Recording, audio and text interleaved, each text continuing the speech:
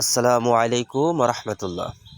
আপনাদের অনেক কিছুই মালামাল হারিয়ে গিয়েছে, কারো টাকা পয়সা অথবা ঘর থেকে কারো স্বর্ণ অলংকার অথবা কোনো দামি পণ্য হারিয়ে গিয়েছে, খুঁজে পাননি, অথবা অনেক আগে হারিয়েছিল কিন্তু ওই চোরকে দেখার খুবই একটা ইচ্ছা। তাহলে আজকের এই আমলটা একবার করেই দেখেন না, কোরআনের এই আমলটা।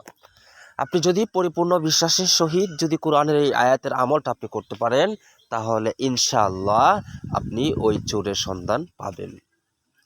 প্রিয় বন্ধুরা, অনেকে আমাকে কমেন্ট করে থাকেন যে আমার এটা হারাইছে, ওইটা হারাইছে, চোরকে আসলে আমরা ধরতে পারবো কিনা। দেখুন না, চোরকে আপনি তো তখনই ধরতে পারবেন যখন আপনার আমলটা হবে একবারে নিখুঁত, যে আমলের মধ্যে কোনো ভুল থাকবে না। কোরআনের আয়াতটা আপনি আমল করবেন, এখানে আপনার 100% কিন্তু বিশ্বাসের প্রয়োজন আছে। প্রিয় বন্ধুরা, আপনারা এই ভিডিওতে কিভাবে আমলটা করবেন নিখুঁতভাবে সেই আলোচনাটাই করব।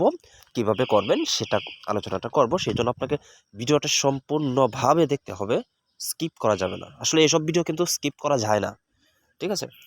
আর ইতিমধ্যে যারা আমাদের এই চ্যানেলটি সাবস্ক্রাইব করেননি তারা ইতিমধ্যে সাবস্ক্রাইব করে দিবেন, এবং লাইক কমেন্ট শেয়ার করে একজনের কাছে পৌঁছে দিবেন, এটা আপনাদের কাছে রিকোয়েস্ট রইল।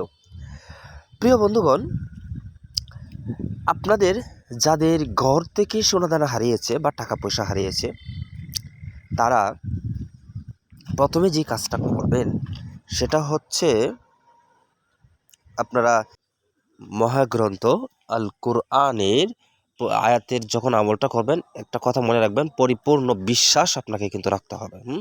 যদি মনে করেন কাজটা হবে কিনা, সম্ভব কিনা, এইভাবে আসলে কি হয়, এরকম কোনো চিন্তা আপনার যদি আপনার ভিতরে থাকে, তাহলে ভাই এটা আপনার দ্বারা কাজটা হবে না।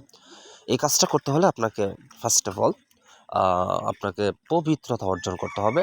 আর এটা এমনভাবে পবিত্রতা অর্জন করবেন যে আপনার কোনোভাবেই মনে করে এমনভাবে পবিত্র হবেন যেন কোনো সময় যদি অপবিত্র হয়েও যান, তাহলে যেন বেশি সময় লেট না করে আবার পবিত্রতা অর্জন করতে পারেন।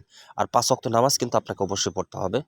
এরপরে আপনি কি করবেন, সূরা ইব্রাহিমের 17 নম্বর আয়াত আমি স্ক্রিনে দেখিয়ে দিয়েছি। 17 নম্বর আয়াতটা সকালে ফজরের নামাজের পর আপনি 7 বার পড়বেন, আর একবার সন্ধ্যায় মাগরিবের নামাজের পর আপনি 7 বার পড়বেন। আপনি এভাবে নামাজ, আপনার কিন্তু 5 ওয়াক্ত নামাজ পড়তে হবে, ঠিক আছে? নামাজ পড়ার সাথে সাথে যদি এই সূরা ইব্রাহিমের আয়াতটা আপনি পাঠ করেন, তাহলে আপনি চোরের সন্ধানটা পাবেন। দেখুন, নবীজি সাল্লাল্লাহু আলাইহি সাল্লামের উপর অবশ্যই 11 বার দুরূদ শরীফ পড়ে নেবেন। সেটা আপনার যা ইচ্ছা, যেটা জানেন আপনি সেটা পড়ে নেবেন।